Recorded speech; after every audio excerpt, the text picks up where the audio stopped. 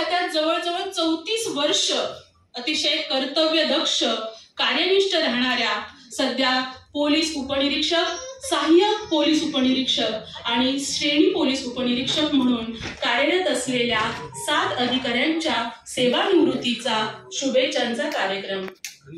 या कार्यक्रमास उपस्थित मान्यवर, अतिथी, त्याचप्रमाणे वाहतूक विभागाचे सर्व पदाधिकारी, 7ही अधिकाऱ्यांच्या कुटुंबातील जे सर्व सदस्य, नातेवाईक, पाहुणे मंडळी, मित्रपरिवार, हितचिंतक आज या मंगल प्रसंगी उपस्थित आहेत, त्याबद्दल मी सर्वांचे मनापासून आणि ट्रॉमे वाहतूक विभाग मुंबई यांच्यामार्फत मनापासून स्वागत करते।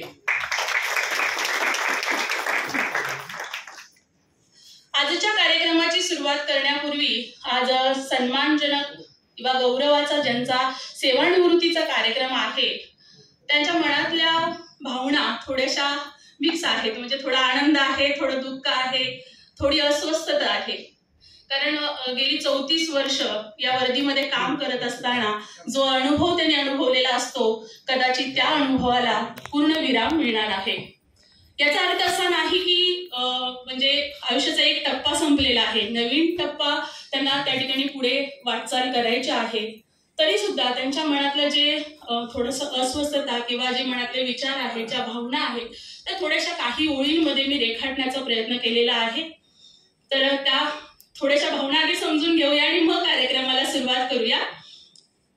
आजचा दिवस पुन्हा शोधून देखील मिळणार नाही, आजचा दिवस पुन्हा शोधून देखील मिळणार नाही। आठवणींच्या पावसामध्ये कधी भिजलो कळणार नाही, आठवणींच्या पावसामध्ये कधी भिजलो कळणार नाही। ट्रेन किंवा गाडीचा प्रवास आता रोज रोज छळणार नाही। एका दिवसाच्या सुट्टीची मजा रोज रोज कळणार नाही। टिफिन मधले तेल आता बॅगमध्ये गळणार नाही। पाण्याची बाटली आता नळाकडे वळणार नाही। सुट्टीच्या अर्जाच्या मंजुरीची आता वाट पाहावी लागणार नाही। सहकाऱ्यांसोबत कामाचे प्लॅनिंग आता रंगणार नाही। पगाराची उत्सुकता आता पेन्शन मध्ये मिळणार नाही। मन कितीही पळाले तरी झिजलेले गुडघे ऑफिसकडे वळणार नाहीत। चारी बाजूंच्या गाड्यांचा आवाज आता कानामध्ये घुमणार नाही। रुमाल, बेल्ट, टिफिन वर्दीकडे हात आता वळणार नाही। अवघं आयुष्य पोलीस खात्याचं 600 स्क्वेअर फूटच्या घरामध्ये मावणार नाही। चुकल्यासारखे वाटेल पण काय चुकले तेच कळणार नाही। झिजलेले गुडघे मात्र आता ऑफिसकडे वळणार नाही। आजचा दिवस पुन्हा शोधून देखील मिळणार नाही। आठवणींच्या पावसामध्ये कधी भिजलो ते कळणार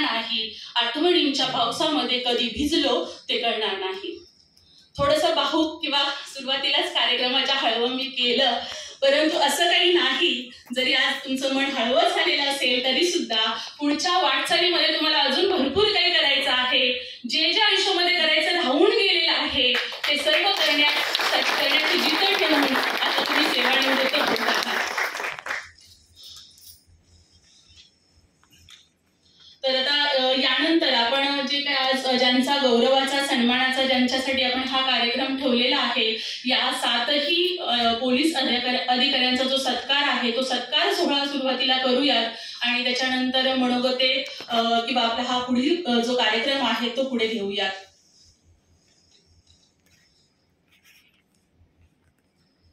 जीवनात यशस्वी होण्यासाठी खरं तर प्रत्येकाला जमतं असं नाही, परंतु प्रयत्न केल्यानंतर व्यक्ती कधी अयशस्वी होत नाही हेही तितकंच खरं आहे। आणि म्हणूनच या ठिकाणी प्रत्येक व्यक्ती आपल्या आयुष्यामध्ये प्रयत्न करत असतो आणि त्या प्रयत्नाला नक्कीच यश येत असतं.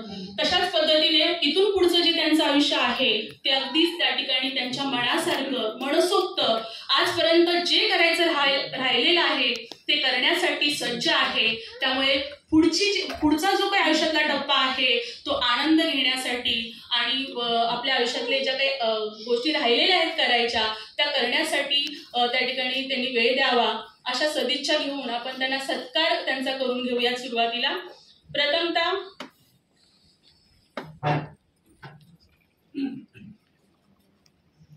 पोलीस उपनिरीक्षक श्री शहाजी बाबूराव मोहिते यांना मी विनंती करेन की त्यांनी सत्कार स्वीकारण्यासाठी मंचावरती यावं. त्याचप्रमाणे त्यांचा सत्कार करण्यापूर्वी मी त्यांना आधी विनंती करेन की त्यांनी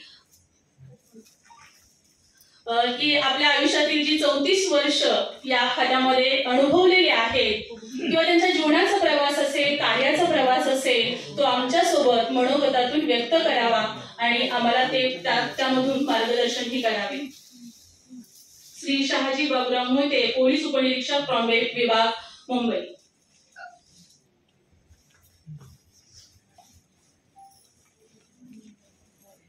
नमस्कार, मी शहाजी बाबूराव मोहिते, सब इन्स्पेक्टर, ट्रॉम्बे. आज बरंच काही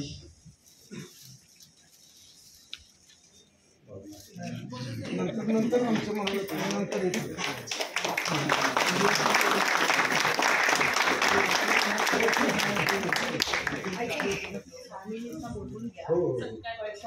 आणि त्यांचा सत्कार करण्यासाठी आज उपस्थित असणारे असे महत्वपूर्ण व्यक्तिमत्व वरिष्ठ पोलीस निरीक्षक श्री मिलिंद इलेकर सर यांना मी विनंती करते की त्यांचा सन्मानपूर्वक सत्कार करा.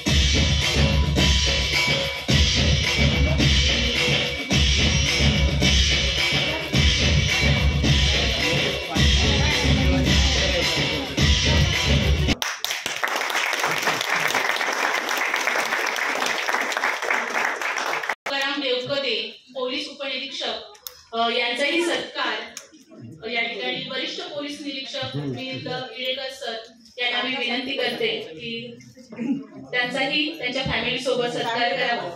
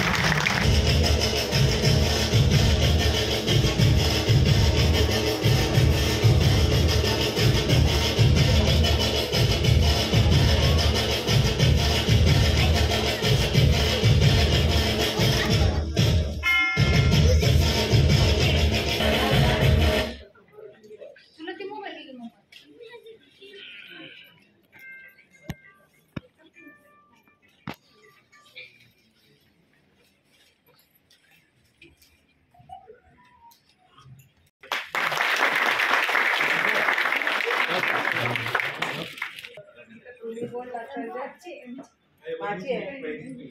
बोला मॅडम झाशीकडनं.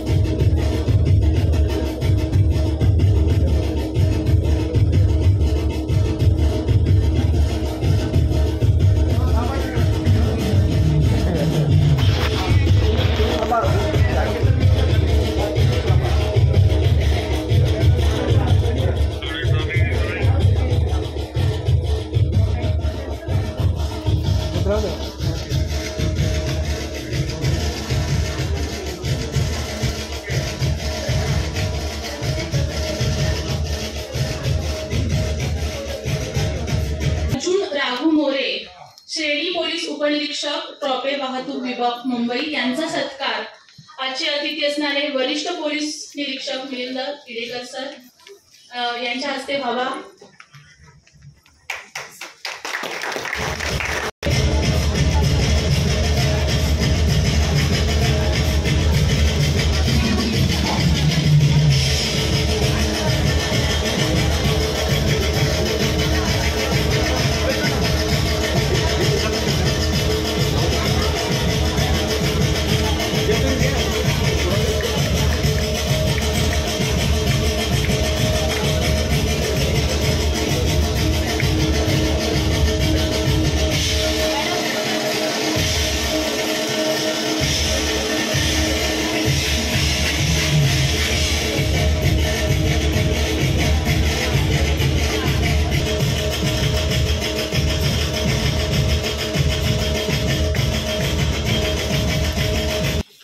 श्री बाळासो नामदेव सुतार, श्रेणी पोलीस उपनिरीक्षक, ट्रॉफी वाहतूक विभाग मुंबई यांचा सत्कार करण्यासाठी मी आमंत्रित करते आहे आजच्या अतिथी वरिष्ठ पोलीस निरीक्षक सौरजनी साळुंखे मॅडम यांना मंचावरती आमंत्रित करते आहे की आज तुमच्या शुभ हस्ते या पोलीस अधिकाऱ्यांचा सत्कार व्हावा.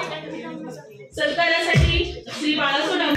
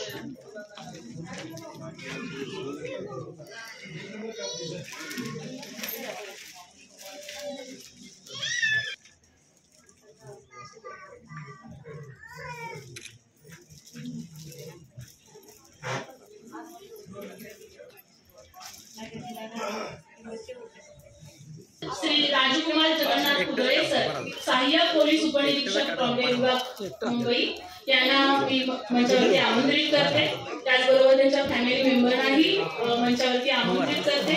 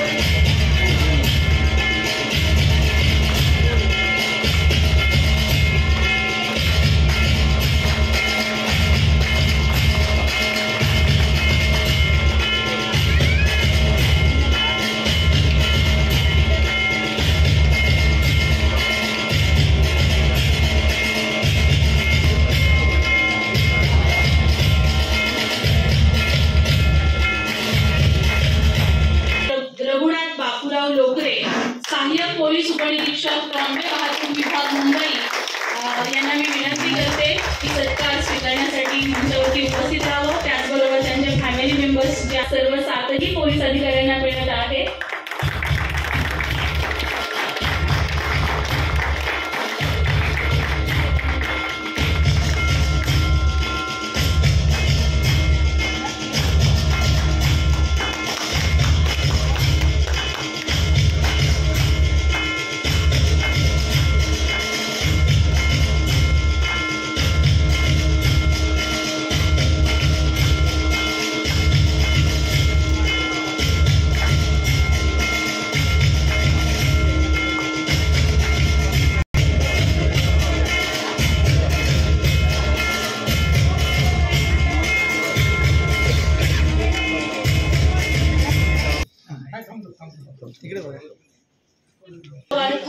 शुभेच्छांचा हा आपण कार्यक्रम आयोजित केलेला आहे.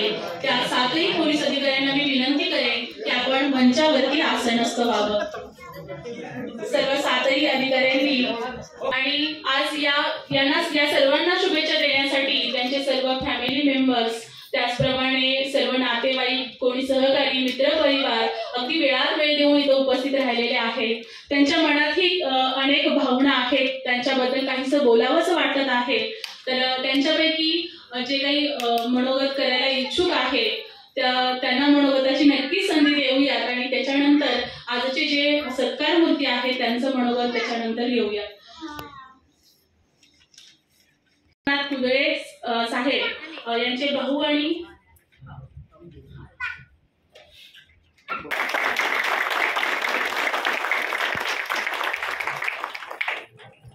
हे इथं उपस्थित आहेत शुभेच्छा देण्यासाठी.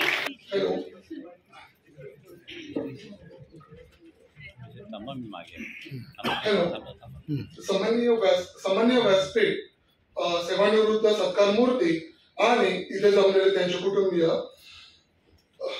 आज मला इथे बोलायचा जो मान मिळाला आहे तो माझ्या वडिलांमुळे, याचं मी भाग्य समजतो.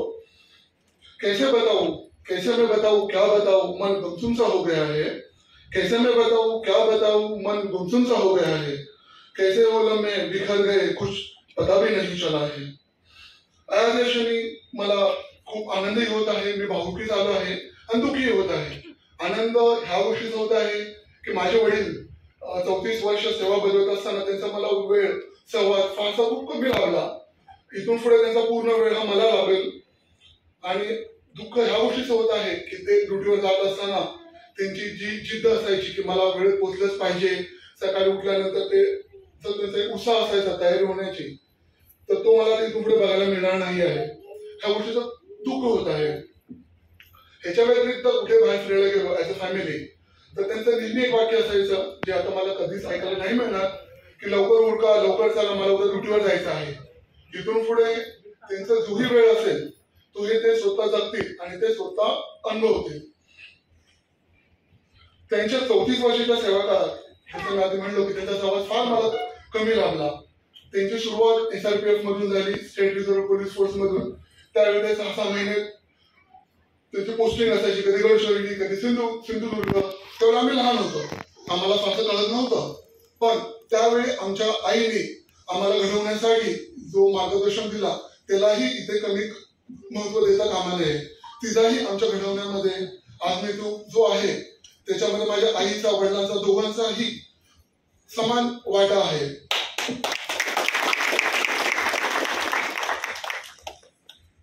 नंतर त्यांची बदली झाली मुंबई पोलीसमध्ये. मुंबई पोलीस झाल्यानंतर तेव्हा वाटलं की त्यांची ड्युटी 12 तासाची असेल, आम्हाला वेळ मिळेल, पण तसे परंतु घडले नाही.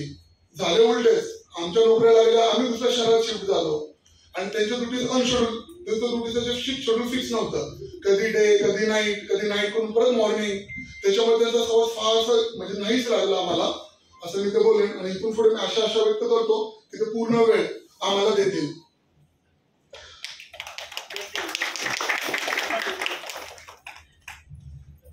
त्यांच्या ताळीवरच्या कसरती जे 34 वर्ष नोकरी करत असताना ह्या मी खूप अनुभवले आहेत. जवळून काही अनुभव आहेत. ते एक अनुभव मला असं सांगायला आवडेल की करोनाच्या काळामध्ये, करोनाचा लॉकडाऊन हा 23 मार्चला लागला. 18 मार्चला गावी फंक्शन असल्यामुळे ते गेले होते. पण 23 तारखेला लॉकडाऊन लागला त्यावेळी ते गावीच होते. त्यांना त्यांच्या नोकरीवरती परत हजर व्हायची जी इच्छा होती ती त्यांना काय गप्प बसून देत नव्हती. ते कोरोनामध्ये लॉकडाऊन असतानाही ते परत ड्युटीवरती हजर झाले आणि कोरोनाच्या काळामध्ये त्यांनी एक वर्दीचं कर्तव्य जे करायला पाहिजे होतं ते त्यांनी केलं, याचा मला एक गर्व आहे. ते एक उत्तम पिता, जबाबदार मुलगा तसेच भाऊ आहेत. त्यांनी आतापर्यंत सगळे रोल योग्य पद्धतीने निभावले आहेत. ते एक उत्तम आजोबा देखील आहेत. ते गडचिरोलीमध्ये असताना 6 महिने ते घरी येणार नाहीत. त्यांचा सहवास एकदम म्हणजे गडचिरोलीत असताना बहुतेक त्यांना माहिती नसेल इथे किंवा माहित असेल तर गडचिरोलीमध्ये असताना ते 6 महिने ऑन ड्युटी असल्यानंतर आम्ही लहान होतो, फोनवरतीच हा एक अनुभवच आहे. फोनवरती कधी बोलणं व्हायचं कधी बोलणं व्हायचं नाही. त्यावेळी आमच्या शिक्षणामध्ये जे मार्गदर्शन पाहिजे होतं ते आम्हाला आईने दिलं. हे मी ते जाणूनपूर्वक सांगत आहे. त्यांनी आता इथून पुढचा त्यांचा काळ हा त्यांनी स्वतः जगावा, छंद जोपासावे. त्यांना फिरण्याची इच्छा आहे.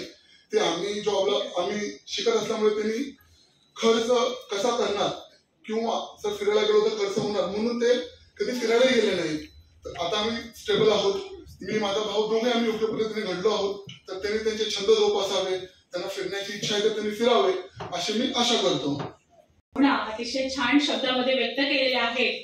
त्याचबरोबर श्री दिलीप चौगुले सरांची सून मयुरी चौगुले याही इथं उपस्थित आहेत आणि त्याही आपल्या मनातल्या भावना इथं व्यक्त करू इच्छित आहेत. तर त्यांनी मंचावरती यावं आणि आपल्या भावना मनोगताच्या माध्यमातून व्यक्त कराव्या. व्यासपीठ आणि इथे जमलेले सर्व सेवानिवृत्त सत्कारमूर्ती आणि त्यांचे कुटुंबीय, आजचा दिवस हा खूप आनंदाचा तसेच नर्वसनेसने भरलेला आहे.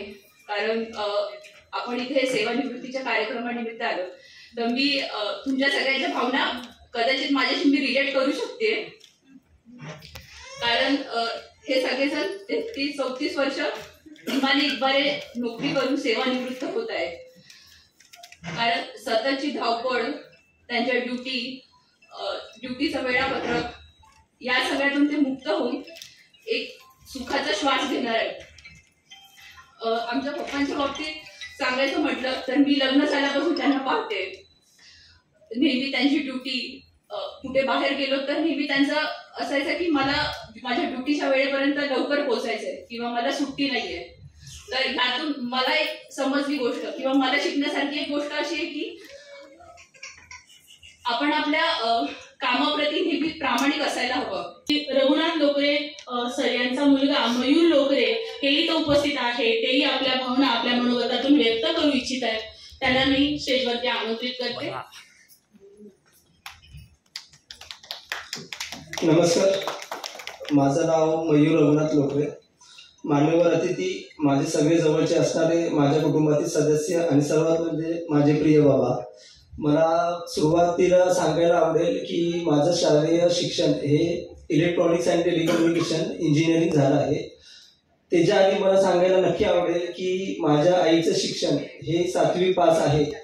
पण 7वी पास असूनही तिने आम्हाला, माझ्या बहिणीला चांगल्या शिक्षण दिलं. आज मी कामानिमित्त परदेशात, साऊथ आफ्रिका, कतार, दुबई वेगवेगळ्या देशात फिरून आलो आहे. याचं श्रेय मी माझ्या मम्मीला नक्कीच देईल. पण पडद्यामागे जर खरं आमच्या आयुष्यातील हिरो कोण असेल तर नक्कीच ते माझे वडील असतील. कारण माझ्या वडिलांनी माझ्या मम्मीला फक्त एकच सांगितलेलं की मुलांना शालेय शिक्षण, संस्कार हे तुलाच द्यायचे आहेत. कारण माझं संपूर्ण आयुष्य हे मी फक्त जनसेवा आणि लोकसेवेलाच समर्पित करणार आहे. आणि त्याप्रमाणे माझ्या आईने 100% मला, माझ्या बहिणीला आयुष्यात खरंच यशस्वीरित्या जर आम्ही पुढे जात असेल तर त्याचं नक्की श्रेय मी आईला आणि माझ्या वडिलांना देईन. अजून एक सांगावंसं वाटतं की माझ्या वडिलांमध्ये एक चांगला गुण आहे. तो गुण म्हणजे माझ्या वडिलांच्या आयुष्यात जेवढे चांगले प्रसंग आलेत त्याच्या दुप्पटीने वाईट प्रसंग, संकट हे त्यांच्या वैयक्तिक आयुष्यात भरपूर आले आहेत. पण वडिलांनी कामावरून आल्यानंतर जेव्हा उमरेच्या आत पाय ठेवतात त्याच्यानंतर त्यांनी कधीच त्यांच्या आयुष्यातील वैयक्तिक ताण तणाव कधीच आम्हाला दाखवून दिला नाही आजपर्यंतही. कधी कधी आमची मम्मी वडिलांना विचारते तुम्हाला काही टेन्शन असेल, प्रेशर असेल किंवा काही आजारी असेल, पण आजपर्यंत वडिलांनी कधीच ते आम्हाला कधी शेअर केलं नाही. कामावरून आले की जो वेळ असेल तो हसत खेळत आमच्याबरोबर घालवतात. आयुष्यात खरंच वडिलांमध्ये म्हणजे त्यांच्याकडून गुण घेण्यासारखं खूपच आहे. मी माझ्या आयुष्यात खूप चुका केल्या आहेत. प्रत्येक वेळी माझ्या मम्मीने जरी मला ओरडलं, मारलं असेल, आजपर्यंतही मी चुका करतो, पण माझे वडिलांनी प्रत्येक वेळी मला समजून घेतलेलं आहे. तुमच्या इतक्या वर्षाच्या मेहनतीनंतर खरंच पप्पा आज तुम्हाला आराम करण्याची आणि तुमच्या आवडीच्या गोष्टी करण्याची वेळ आली आहे. तुम्ही आयुष्यभर कठोर परिश्रम केले आणि आपल्या कुटुंबाची जबाबदारी उत्तम प्रकारे सांभाळली. तुमच्या कष्टामुळेच आम्हाला चांगले शिक्षण आणि आनंदी जीवन मिळाले आहे. तुमचे मार्गदर्शन आणि सहकार्य हेच आमच्या यशस्वीचे खरं रहस्य आहे. तुमची मेहनत, प्रामाणिकपणा आणि कौशल्य याचे सर्वांना कौतुकच आहे. तुमच्या सहकार्यांशी तुम्ही नेहमी मैत्रीपूर्ण संबंध ठेवलेत आणि त्यांच्यासोबत अनेक चांगल्या आठवणी निर्माण केल्या, ज्या नेहमीच आयुष्यभर तुमच्या मनाच्या एका कप्प्यात खास जपून राहतील.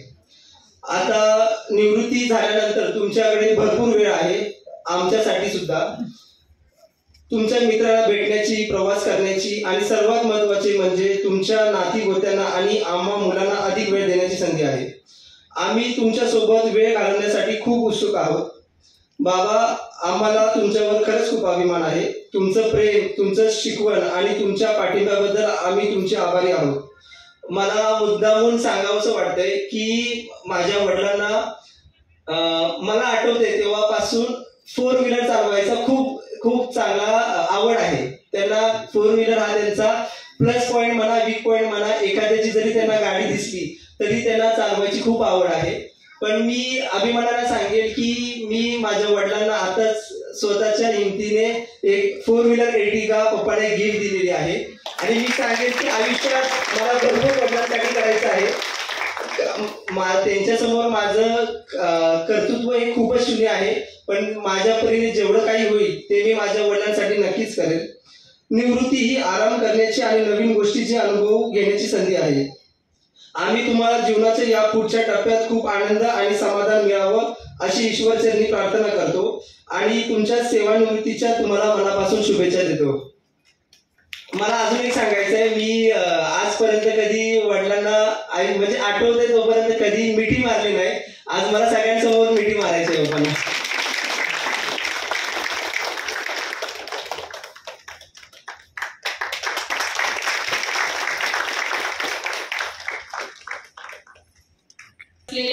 अगदी या कार्यक्रमाच्या निमित्ताने तुमच्या समोर या ठिकाणी मांडलेलं आहे. आणि बाप लेकाचं नातं किती या ठिकाणी हळवं असू शकतं याचं एक उत्तम उदाहरण इथं आपल्याला पाहायला मिळालं. यानंतर या ठिकाणी श्री शहाजी बाबूराव मोहिते यांच्या पत्नी या ठिकाणी उपस्थित आहेत आणि मी त्यांना विनंती करेन की त्यांनी एक पोलीस अधिकाऱ्यांची पत्नी किंवा पोलीस खात्यातील अधिकाऱ्यांची पत्नी म्हणून जी काही या ठिकाणी वर्ष त्यांच्यासोबत व्यतीत केलेली आहेत, तर ती करत असताना त्यांना नेमकं काय वाटलं ते आपल्या भावना या ठिकाणी आपल्या मनोगतातून व्यक्त करतील. सो वंदना शहाजी मोहिते. मी वंदना शहाजी मोहिते. सगळ्यांनी मला समजून घ्या, कारण मी कधी वक्तृत्व केलेलं नाही, तरी सुद्धा आज धाडस करून पुढे आलेले आहे, कारण मला परत संधी भेटणार नाही त्यांच्याविषयी बोलण्याची. खूप काही सांगण्यासारखं आहे, पण मी थोडंसंच बोलणार आहे. मंचावरील सर्व माननीय पोलीस आयुक्त सर, वरिष्ठ पोलीस निरीक्षक श्रीमती विडेकर मॅडम आणि या सर्व सेवानिवृत्त होत असलेले अधिकारी आणि माझ्या समोर बसलेल्या बंधू आणि भगिनींनो, खूप काही सांगण्यासारखं आहे, पण मी थोडंसंच सांगत आहे, तर मला समजून घ्या. माझ्या मोडक्या शब्दात सांगणार आहे. मलाही भरून आलेलं आहे खूप, कारण त्यांना मी आज 15 दिवस झालं पाहते. ते सकाळी रोज कामावर जाताना खूप नाराज झालेले आहेत.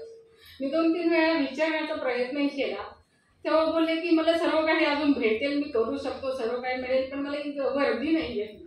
ही वर्दीवरची त्यांची जी निष्ठा, प्रेम आणि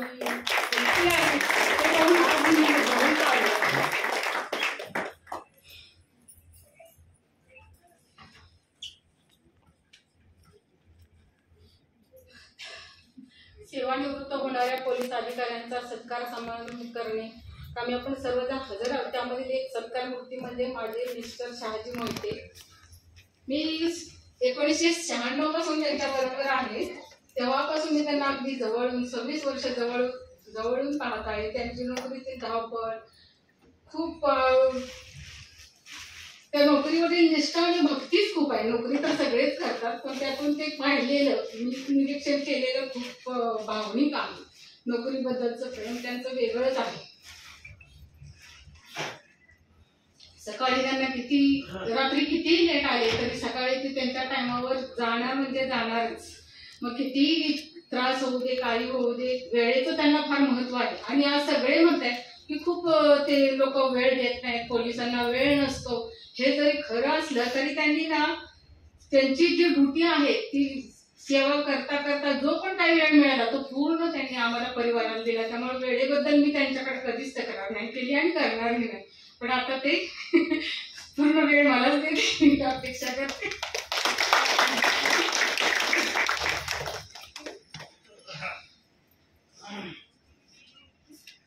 पोलीस खात्यात नोकरी असल्यामुळे सणासुदीला ते कधीच आपल्या बरोबर नसतात. तेव्हा खूप वाईट वाटतं, कारण सर्व फॅमिली बरोबर एन्जॉय करत असतात. तेव्हा आपल्यालाच सर्व बनून आपल्या फॅमिली बरोबर एन्जॉय करून तो सण साजरा करावा लागलेला आहे. इथून पुढे ते प्रत्येक सणाला माझ्या बरोबर असतील, त्याचा मला फार आनंद होत आहे. पण एवढं होतं की ते एवढे मुंबई पोलिसात काम करून लोकांचं संरक्षण आणि सेवा करतात याचा सार्थ अभिमान मला नेहमीच होता. आणि बाहेर समाजात सुद्धा एक पोलीस पत्नी म्हणून मला खूप मान मिळाला, याचंही मी भाग्यात मानते. अजून एक गोष्ट अशी आहे की आपण सर्व ना पडद्यावरील हिरोंना आपण हिरो म्हणून डोक्यावर घेतो आणि समाजात त्यांना खूप स्थान देतो. पण खरं तर खरे हिरो बाजूलाच राहतात. आपण सर्वांनी जवळून पाहिलंय कोविड काळामध्ये पडद्यावरील हिरो साफ पडद्याच्यात आपला जीव घेऊन निवांत राहिले. पण त्याच वेळी हे खरे पोलीस हिरो माझे सर्व बांधव त्यावेळी जीवाची, परिवाराची पर्वा न करता कोविड काळात कर्तव्याची जबाबदारी पार पाडण्यासाठी रस्त्यावर ज्या ठिकाणी ज्यांना जे हेल्प लागेल ते हेल्पसाठी ते तयार होते. हेच खरे हिरो आहेत पोलीस बांधव, हेच आपले खरे हिरो आहेत. हे लक्षात ठेवा, त्यांच्यावर प्रेम द्या. म्हणजे इथून पुढचे जे पोलीस लोक आहेत त्यांना तेवढं जरी आपण करू शकलो तर भरपूर केलं असं वाटेल आपल्याला. खूप काही बोलण्यासारखं आहे, पण मी जास्त नाही बोलू शकत आहे, तरी मला माफ करा. आज पोलीस दलात 34 वर्ष निष्कलंक सेवा बजावून 7 अधिकारी सेवानिवृत्त होत आहेत. त्यांचं उर्वरित आयुष्य निरोगी, सुखी, समाधानात जावं हीच ईश्वराकडे प्रार्थना करून मी माझे 4 शब्द. कुटुंबाची जबाबदारी झेललेली असते. अगदी काही कुटुंबांमध्ये आपण बघतो की बराच वेळ म्हणजे पोलीस अधिकाऱ्यांचा डिपार्टमेंटमध्ये जातो, परंतु अगदी सणवार असतील, नातेवाईकांच्या संदर्भातील जबाबदाऱ्या असतील, मुलांना घडवणं असेल, त्यांच्या ठिकाणी श्री पांडुरंग देवकते सर यांचे नातेवाईक श्री हनुमंत सुतार सर रिटायर्ड पोलीस निरीक्षक म्हणून त्यांनी काम केलेलं आहे. त्यांनाही पोलीस खात्याचा अनुभव आहे आणि सर्व पोलीस अधिकाऱ्यांच्या बद्दल त्यांनाही थोडंसं मनोगत व्यक्त करायचं आहे. तर मी सरांना विनंती करेल की आपलं मनोगत व्यक्त करावं.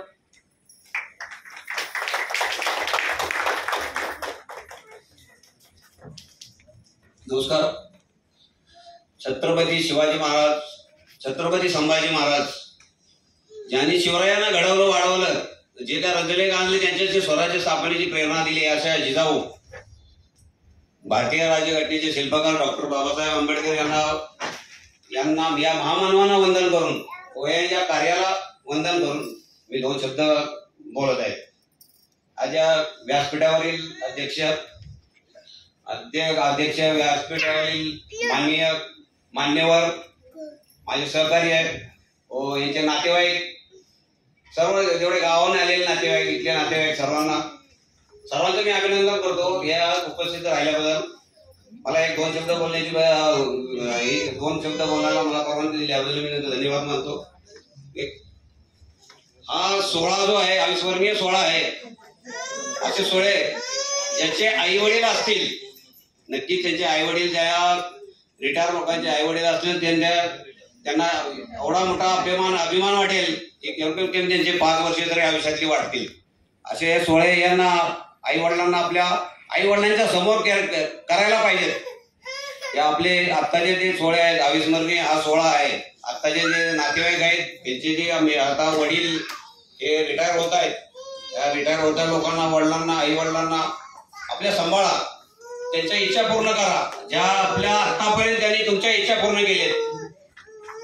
प्रत्येक गोष्ट त्यांनी दुटीवर असताना तुमच्या इच्छा पूर्ण केल्यात. त्यांच्या कॉलेज, शाळा जिथे तुम्ही जाऊ शकत नव्हता तिथे त्यांनी पाठवलंय, पण त्यांना तुम्ही विसरू नका.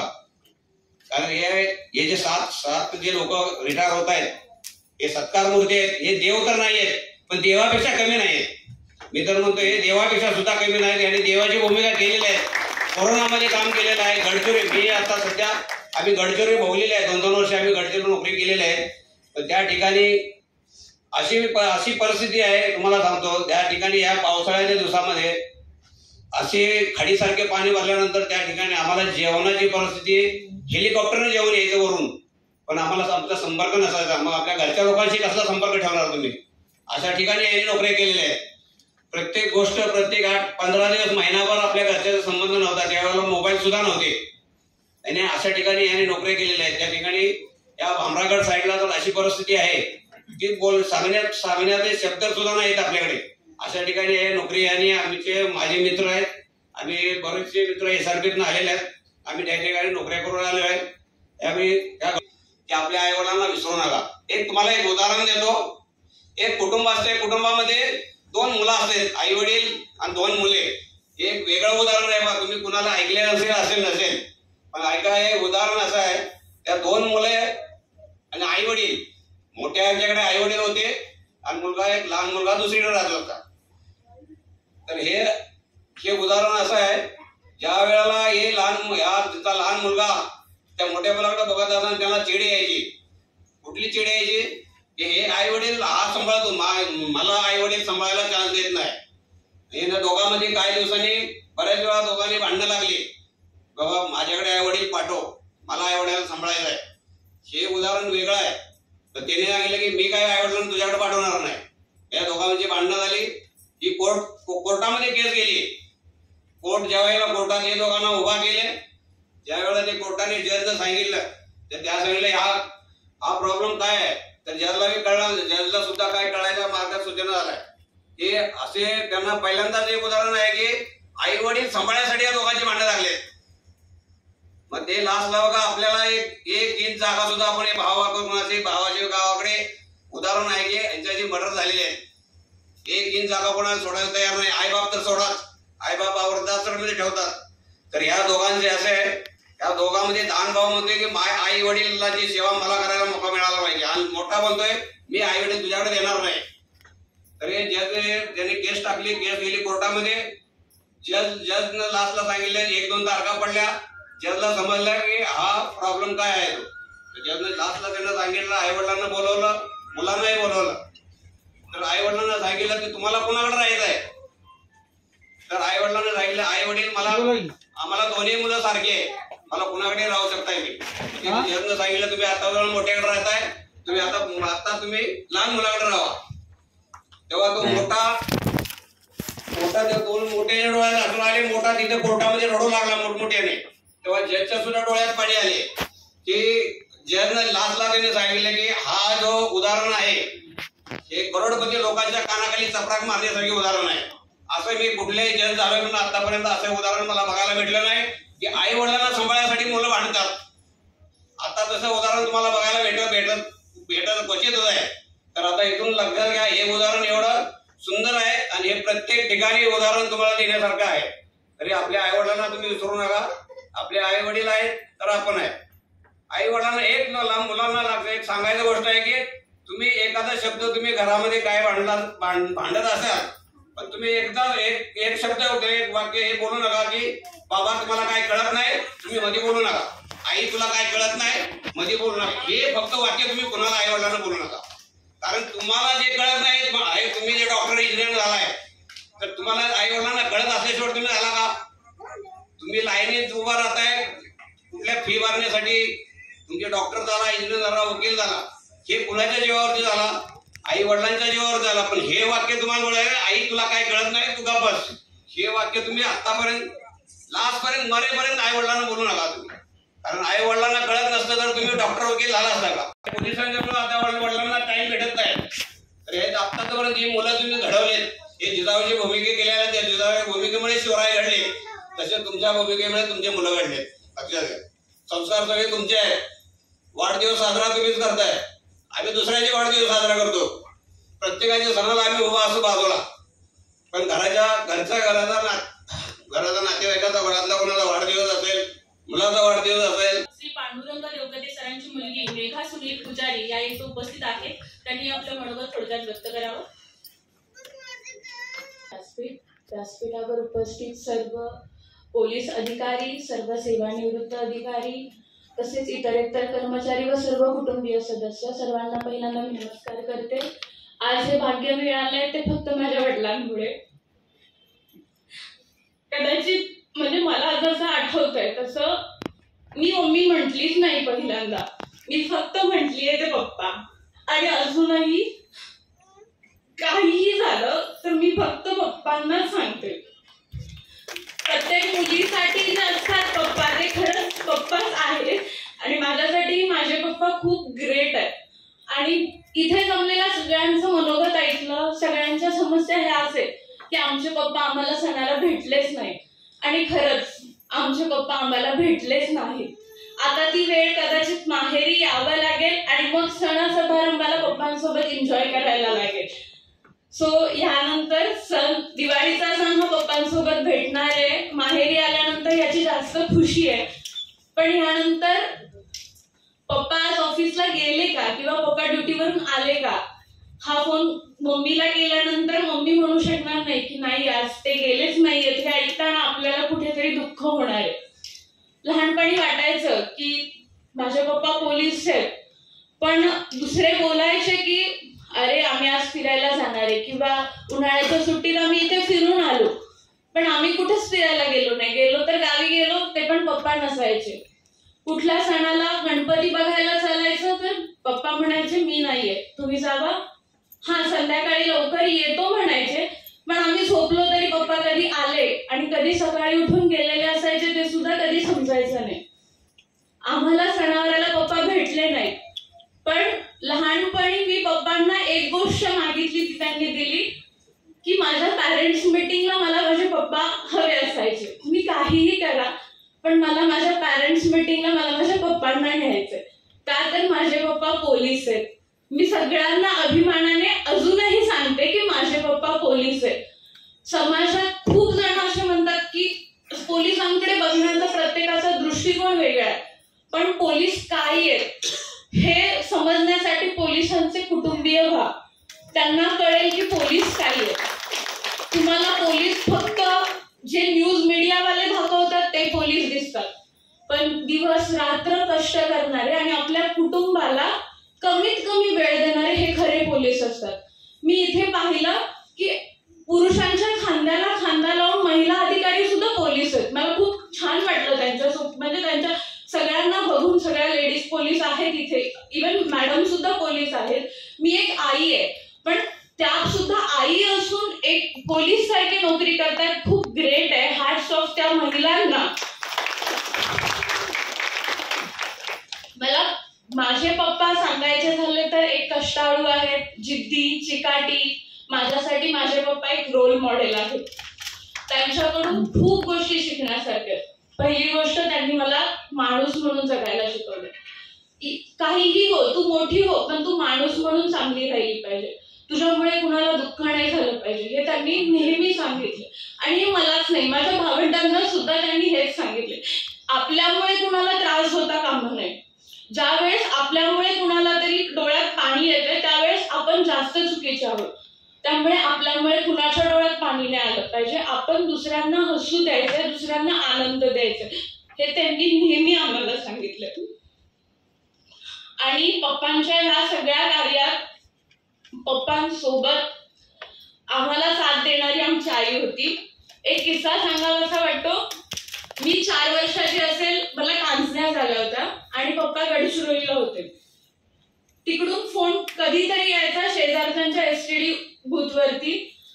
पप्पांना मला कांजण्या झालेल्या असायचं. मी रडत पप्पांना सांगायची, पप्पा मला आंजण्या झाल्यात. मला कांजण्या हा शब्द सुद्धा बोलायला यायचा नाही. पण माझ्या मम्मीने त्या काळात माझी खूप काळजी घेतली आहे आणि माझ्या मम्मीने पप्पांना खूप खूप जास्त सपोर्ट केलाय. आम्हाला खूप सपोर्ट केलाय. म्हणजे प्रत्येक पोलिसांच्या घरात असं होतं की नाही माहित नाही, पण आमच्या घरात एक गोष्ट नेहमी व्हायची. पप्पांच्या गाडीचा आवाज आला की टीव्ही वरती एक तर न्यूज चॅनल लागायचं, नाहीतर टीव्ही बंद व्हायची. आधी भले कार्टून असू देत, सिरियल असू देत, माहित नाही, पण पप्पा आले की टीव्ही बंद किंवा न्यूज चॅनल चालू, हे नेहमी असायचं. आणि माझे पप्पा खूप कडक आहेत, पण तितकेच प्रेमळ सुद्धा होते. ते लग्नानंतर मला दिसलं. त्यांनी मला घडवण्यासाठी त्यांची एक कठोर बाजू नेहमी दाखवली, पण ती प्रेमळ बाजू एक मागे ठेवली होती. म्हणजे पोलीस असतात ना, ते जनरली फणसासारखे असतात. वरनं खूप कवडक दिसतो, पण आतून तितकाच मऊ आणि गोड असतो. इथे जमलेल्या सर्व सेवानिवृत्त पोलिसांना आणि माझ्या पप्पांना सुद्धा हेच सांगेन की तुम्ही आतापर्यंत तुमच्या कुटुंबाला वेळ नाही दिला किंवा तुमच्या नोकरीमुळे तुम्हाला नाही देता आला, पण इथून पुढे नक्की द्या. कुटुंबाला द्या आणि सर्वात जास्त तुम्हाला स्वतःसाठी द्या. काही योग ध्यान करा किंवा मेडिटेशन करा, रोज व्यायाम करा, पण स्वतःसाठी वेळ द्या. तुमच्या आरोग्याकडे तुमच्या नोकरीच्या शेड्यूलमुळे तुम्हाला वेळ नाही देता आला, पण तुम्हाला नक्की आता वेळ आहे तर त्याचा चांगला सदुपयोग करा. आणि तुमच्या पुढील वाटचालीसाठी, पुढील आयुष्यासाठी तुम्हा सर्वांना खूप खूप शुभेच्छा. थँक्यू. थोडक्यात तरी बोलावंच लागेल. आज आपल्या भावना म्हणजे नंतर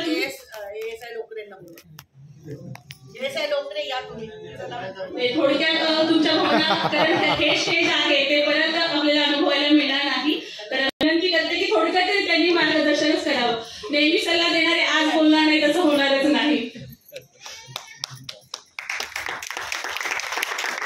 मी आज एवढा भावनामय झालोय की किती वेळ बोलेल हे सांगू शकत नाही. त्यामुळे मी प्रथम सर्वांची माफी मागतो. मी एका खेडेगावात लहान जन्म माझा एका खेडेगावात झाला. प्राथमिक शिक्षण माझं खेडेगावातच झालं. नंतर 2 वर्ष मी कराडला सायन्स कॉलेजला शिकलो. त्याच्यानंतरचं ग्रॅज्युएशन मी मुंबईला केलं. सन 1991 साली मी बृहन्मुंबई पोलीस दलामध्ये भरती झालो. त्यानंतरचा माझा पोलीस खात्याचा प्रवास चालू झाला. प्रवास करत करत पहिलं पोस्टिंग आमचं लय विभाग, की जेणेकरून सर्वांच्याच नशिबाला असतं ट्रेनिंग केलं की ते लय विभाग. लय विभागाचा 7 वर्षाचा प्रवास केल्यानंतर येलोगेट पोलीस स्टेशनला माझी बदली झाली. त्याच वेळेला 1996 साली माझं लग्न झालं आणि थोडासा पोलीस खात्याचा जो प्रचंड दबाव होता तो थोडा विभागला गेला आणि तो थोडा माझ्या पत्नीवरून झाला. म्हणजे थोडासा 6 वर्षाचा जो प्रवास होता, प्रचंड धावपळ, ती थोडीशी विभागली गेली आणि थोडीस त्याचं म्हणजे काय म्हणतो आपण त्याला की त्याची विभागणी करून थोडासा मी त्याचा भार पत्नीवर टाकला. म्हणजे सकाळी उठायचं नेहमीप्रमाणे आपण, पोलिसांची नोकरी, सगळे पोलिसांचं कुटुंब आहे त्यामुळे सगळ्यांना माहिती आहे पोलिसांची नोकरी काय आहे. 12 तास, 14 तास, 16 तास, कधी कधी 24 तास. सकाळी उठायचं तेच ते रोज. सकाळी उठायचं, लवकर डबा घ्यायचा, युनिफॉर्म घ्यायचा आणि आपल्या वेळेत नाही पोचलं तर वरिष्ठांचं टेन्शन, आपली गैरहजरची नोंद होईल, नंतर आपल्याला पनिशमेंट येईल, आपल्या सर्व्हिस शीटमध्ये त्याची नोंद होईल, आपली इन्क्रीमेंट स्टॉप होईल. अशा अनेक अडचणी आपण आपल्या डोक्यात असतात आणि त्यामुळे आपण पोलीस खात्याचं धावपळीचं जीवन जगत असतो. आज जवळजवळ 34 वर्ष सेवा पूर्ण केलेली आहे. 34 वर्षामध्ये येलोगेट पोलीस स्टेशनला डिटेक्शन मध्ये काम केलेलं आहे. त्याच्यानंतर मी क्राईम ब्रँचला समाजसेवा सोशल सर्व्हिस ब्रँच म्हणतो त्या ठिकाणी काम केलेलं आहे. चोनापट्टी पोलीस स्टेशनला अँटी टेररिस्ट स्क्वॉड मध्ये काम केलेलं आहे आणि त्याच्यानंतर माझी वाहतूक विभाग आहे ते बदली झालेली आहे. ट्रॉम्बे वाहतूक विभाग येथे काम करत असताना 6 वर्ष ट्रॉम्बे वाहतूक विभाग येथे कार्यरत होतो. गेली 2 वर्ष आम्हाला आमच्या विवेकर मॅडमचा सहवास लावलेला आहे. आम्ही त्यांना सिनियर PI पेक्षा आम्ही त्यांना आमचं कुटुंब प्रमुख मानतो. त्यांनी आम्हाला एवढं प्रेम दिलेलं आहे आणि त्यांच्याकडे एक फार मोठी कला आहे की आपल्या हाताखाली जो स्टाफ आहे, अधिकारी असतील किंवा अंमलदार असतील, त्यांच्याकडून काम कसं करून घ्यायचं याची खूप मोठी कला त्यांच्याजवळ आहे. ते एका क्षणासाठी आमच्यावर ओरडल्या तरी दुसऱ्या क्षणासाठी त्या खूप मोठ्या प्रेमाने आमच्या पाठीवर शाबासकीची थाप मारतात. त्यामुळे आम्हाला केळेकर मॅडम आल्यापासून नोकरी केल्यासारखं असं काही वाटलं नाही. खूप हसत खेळत मोठमोठे कार्यक्रम त्यांनी इथं आयोजित केले आणि ते फक्त आयोजित केले नाही तर ते पारही पाडले आणि उत्कृष्टरित्या पार पाडलेले. मला वाटतं केळेकर सर पण आहेत समोर, ते सुद्धा ऐकतायत मॅडमचं गुणगान गातोय ते मी, परंतु ते सगळं ते सांगतोय ते मी खरं सांगतोय, त्याच्यामध्ये काय अतिशयोक्ती नाहीये. दुसरी गोष्ट, झालं आता 34 वर्ष झालेली आहेत. 34 वर्षाची सेवा. आता उद्या संध्याकाळपासून माझे सहकारी 7 लोक आम्ही सेवानिवृत्त होतोय. मी त्यांनाही हेच सांगेन की आज 34 वर्ष आपण खूप धावपळीचं जीवन जगलेलं आहे आणि माझ्या माहितीप्रमाणे सगळ्यांनी 34 वर्ष निष्कलंक सेवा पार पाडलेली आहे. हे आमचं आणि आमच्या आईवडिलांची पुण्य आहे. म्हणून ऍक्च्युली पोलिसांची नोकरी म्हणजे ही काचेच्या भांड्यासारखी असते. बघा, पोलिसांना कोण वाली नसतो. केलं तर का केलं आणि नाही केलं तर का नाही केलं, असा दोन्ही बाजूला कैचीत सापडलेला माणूस म्हणजे पोलीस. खूप प्रचंड तणाव असतो त्याच्यावर. ड्युटी संपल्यानंतर घरी आलं म्हणजे तो रिलीफ त्याला मिळाली किंवा तो म्हणजे त्याची जबाबदारी संपलं असे बिलकुल होत नाही. मी वैयक्तिक माझ्या एवढं सांगत नाही, मी संपूर्ण महाराष्ट्रातल्या पोलिसांबद्दल बोलतोय. सर्वांवर प्रचंड तणाव असतो. तो तणाव कामावरचा हळूहळू आपल्या घरी जातो. घरामध्ये थोडंसं मग वातावरण दूषित होतं. कधी कधी घरामध्ये मुलांच्यावर, बायकोवर आपण कामावरचा राग तिथं घरामध्ये काढतो आणि घरामध्ये मग थोडासा हे होतो. तर आता सर्वांना मी माझ्या सहकार्यांना विनंती करेन, आता आपण चांगल्या पद्धतीने सेवानिवृत्त झालेले, आपली मुलं सगळी चांगल्या चांगल्या पोस्टवर आहेत, चांगल्या नोकरीला आहेत. इथून पुढचं राहिलेलं जे उर्वरित आयुष्य आहे ते आता आपण सगळ्यांनी आनंदाने आणि कुटुंबासोबत जगायला शिकलं पाहिजे. कारण खूप मेहनत घेतलेली आहे आपण मुलांच्यासाठी, कुटुंबासाठी, आणि कुटुंबाने पण आपल्याला तेवढंच दिलेलं आहे. आज जे आपण 34 वर्ष निष्कलंक सेवा पार केली किंवा 34 वर्ष खात्याची आपण सेवा केली, हे काय फक्त आपल्याला एकट्याला श्रेय घेऊन चालणार नाही. कारण याचं अर्ध श्रेय आपल्या कुटुंबाला दिलं पाहिजे आणि कुटुंबामध्ये आपल्या पत्नीला दिलं पाहिजे. कारण रोज सकाळी उठायचं, डबा बनवून द्यायचं, बॅग भरून द्यायची, ही जी कर्तव्य आहे. बघा, बॅग उचलून, भरलेली बॅग उचलून कोणीही जाऊ शकेल, परंतु जी बॅग भरायची जी जबाबदारी होती ती आपल्या पत्नीनं पूर्ण पार पाडलेली आहे. त्यामुळं या यशाचा अर्धा वाटा ही आपली पत्नी आहे आणि त्याचं श्रेय आपण तिला दिलंच पाहिजे. तर यापुढे आपण आपल्या कुटुंबासोबत, आपल्या पत्नीसोबत, आपल्याला 34-35 वर्षामध्ये आपल्याला कुठं जाता आलं नाही, पण यापुढे आपण सर्वांनी आपापल्या मुलांसोबत, आपापल्या कुटुंबासोबत काही दिवस फिरायला जावं. काही दिवस प्रत्येकाला गाव आहे, प्रत्येकाला शेतीवाडी आहे, नातेवाईक आहेत, कोणाची लग्न आहेत. तिथून पुढं आजपुढे सगळे नाराज झालेले आहेत आपल्यावर. कुठल्या कार्यक्रमाला आपल्याला जाता आलेलं नाही. आपण प्रत्येक वेळेला एकच कारण सांगतो, आहे का आला नाही तर रजा मिळत नाही. हे ठरलेलं कारण आहे पोलिसांचं, कारण तशी परिस्थिती आहे. आता इथून पुढे तुम्हाला ते कारण सांगता येणार नाही रजेचं. त्यामुळं प्रत्येकाने नातेवाईकांचे कार्यक्रम अटेंड करा. काही आनंदाचे क्षण असतात, काही दुःखाचे क्षण असतात, तर प्रत्येकाच्या आनंदाच्या आणि दुःखाच्या क्षणामध्ये सामील होऊया इथून पुढं. आणि सर्वांना राहिलेले जे उर्वरित आयुष्य आहे ते सुख समाधानाचं आणि समृद्धीचं जावं आणि सर्वात महत्वाचं म्हणजे निरोगी जावं, एवढी परमेश्वराचरणी प्रार्थना करतो आणि माझे 2 शब्द सांगतो. जय हिंद, जय महाराष्ट्र, जय मुंबई पोलीस. आजच्या कार्यक्रमाची मेन आमचे कुटुंब प्रमुख होण्यापेक्षा माझ्या स्वतःच्या कुटुंबात मी अजून एकत्रितपणाचा परिवारात आहे. तसंच माझं एक एकत्र कुटुंबाचा मेन मालक म्हणजे आमचे केळेकर मॅडम. त्यांनी जे आमच्या एवढा वेळ काढून, त्यांचा वेळात वेळ काढून एवढा आमच्यासाठी सत्कार ठेवला, त्यांचं पहिले मी आभार मानतो. मी गरीब कुटुंबातून मध्यम म्हणजे गरीब म्हणजे एकदम गरीब नाही, मध्यम कुटुंबातून जन्म घेतला. गावच्या मराठी शाळा प्राथमिक शाळेमध्ये शिक्षण घेतलं. सर्व आमचे घरचे आई वडील गरीब परिस्थिती असल्यामुळे मी थोडी 10वी पर्यंत शिक्षण केलं. मुंबईला आलो. मुंबईला नाही तर कुठं मिळेल ती नोकरी केलेली आहे. मी असं नाही की मी आमकाच आहे, मी तमकाच आहे, मिळेल ती ठेवायचं, मिळेल ती खायचं. ज्या मिळेल तिकडे वडापाव दोन सहज ऊस काढलेले, ज्या नाक्यावरती काम केलेली मी, कोणतं माथाडी कामगार केलेले 4 वर्ष. प्रत्येक ठिकाणी कुठं नाव नाही केलेलं आहे. त्याच्यानंतर 1990 साली मी भरती झालो राज्य राखीव पोलीस गट 8. पोळसाहेब मला डीसीपी असताना त्यांच्या कार्यकर्ते मी तब्येतीने पहिल्यापासून चांगले असते. माझे आई वडील अजूनपर्यंत व्यवस्थित त्यांच्या खाण्यापिण्यामुळे व्यवस्थित असल्यामुळे आमचे जास्त करून पाठीवर थाप मारून करून आपला पोळसाहेबांनी भरती करून घेतलं. सरळ याचे लाईनीने पाठीवर थाप मारायचे.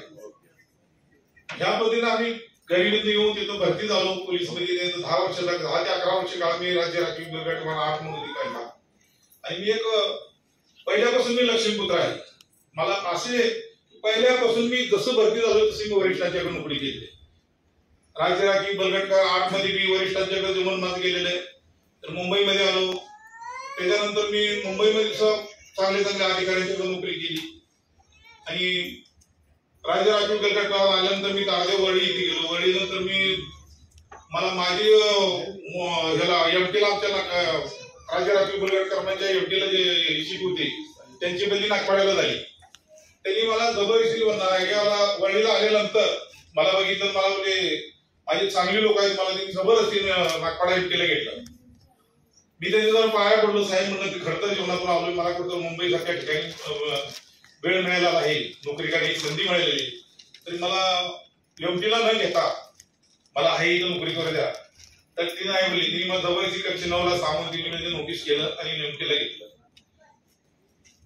त्यामध्ये 2 ते 2.5 वर्षाचा काळ गेला. एलिजे 2-3 वर्ष गेला. ती काळ संपल्यानंतर मी साहेबांच्या मागे लागून कक्षी 9ला जाऊन माझं परत नोटीस झालं जनरलमध्ये.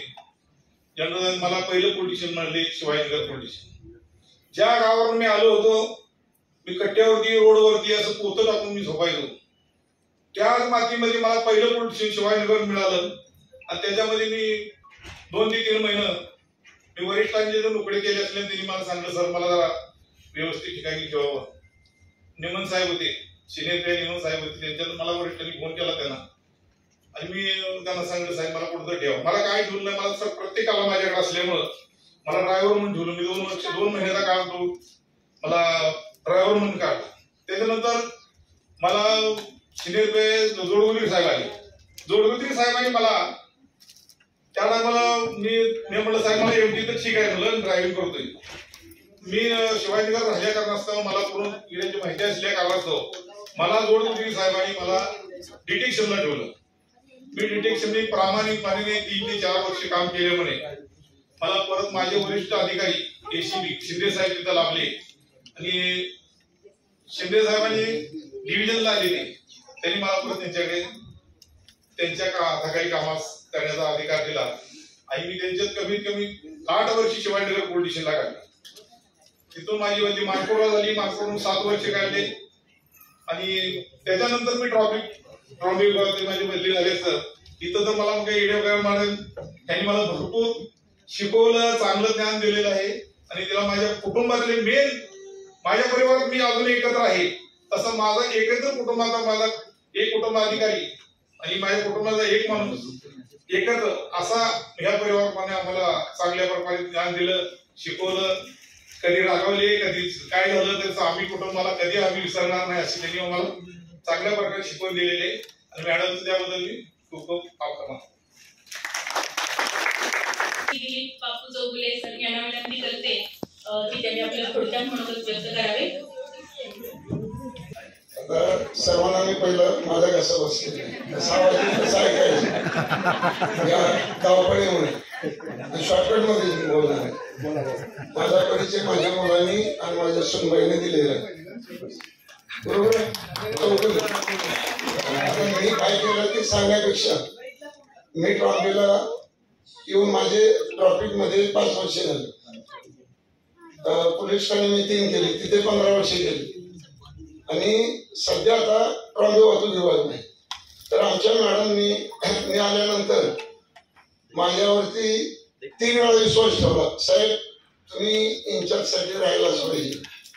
मी 1 वेळा गेल्या महिन्याचं मॅडम लावलो, मी नाही राहणार. मॅडम माझ्यावरती नाराज झाली. पण मॅडमनी माझ्यासाठी असं सर्वांसाठी एक विश्वासानं सर्व वाटप ज्यांना जे काम आहे योग्य वाटतंय ते मॅडमने दिलेले आहे. ते मी काय आयुष्यभर मॅडमसाठी ते काम विसरणार नाही. पण मॅडमचे मिस्टर बी आहे तिथे. म्हणजे मलाच काम किंवा मलाच सांभाळ अशातला भाग नाही. माझ्या बहिणी सुद्धा WPC होते, कुठे गेले, त्यांना सुद्धा चांगल्या पद्धतीने सांभाळलेलं आहे. आणि जो होणारा प्रोग्राम स्वतः मॅनेजमेंट करून मॅडमनी लास्टपर्यंत सर्वांना सहकार्य केलेलं आहे. तर मॅडम आणि सर्वांसाठी आणि तुमच्या पुढील वाटचालीसाठी आमचे सदस्य सर्व त्यांना हार्दिक शुभेच्छा देतो. जय हिंद, जय महाराष्ट्र. बोलायला या 2 शब्द.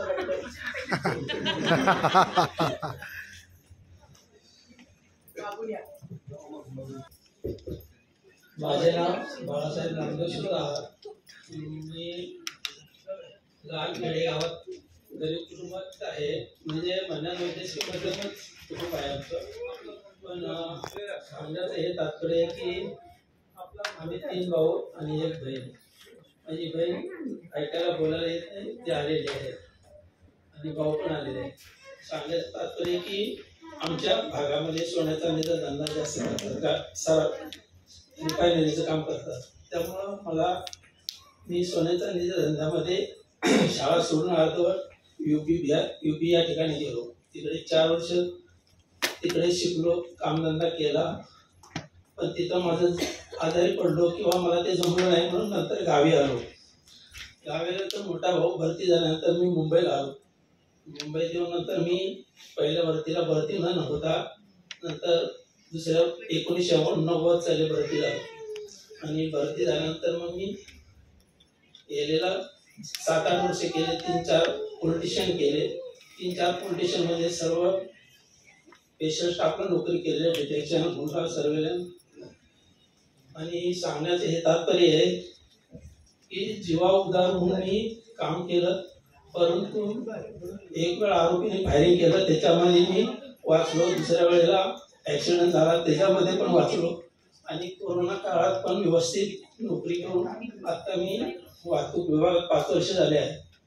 सांगण्याचं तात्पर्य की हे आहे की जीवा उदार होणे, वेळ आल्यानंतर काम करावं लागतं. आणि पोलिटिशियनला असं आहे, वरिष्ठ काम करत चांगलं असतील तरच तुम्हाला पेशंट स्टाफला ठेवतात, काम बघतात. तुम्ही चांगलं काम करत असेल तरच ठेवतात. तुम्ही ओळख आणली किंवा हे आणलं तर ठेवत नाही. कारण मॅडमचे मिस्टर आहेत, त्यांच्या हाताखाली मी 1 वर्ष काम केलेलं आहे.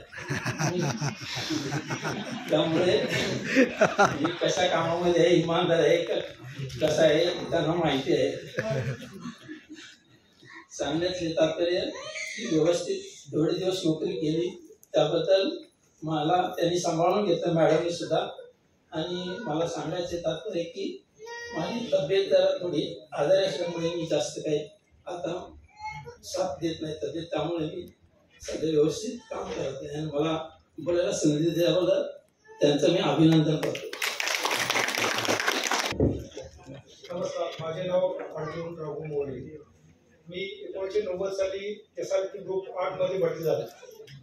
भरती झाल्यानंतर मी सलग माईक जोड्या 15 वर्षे खेळाडू म्हणून तिथे काम केलं. तिथे कॅम्पमध्ये मी खेळाडू म्हणून राहिलो.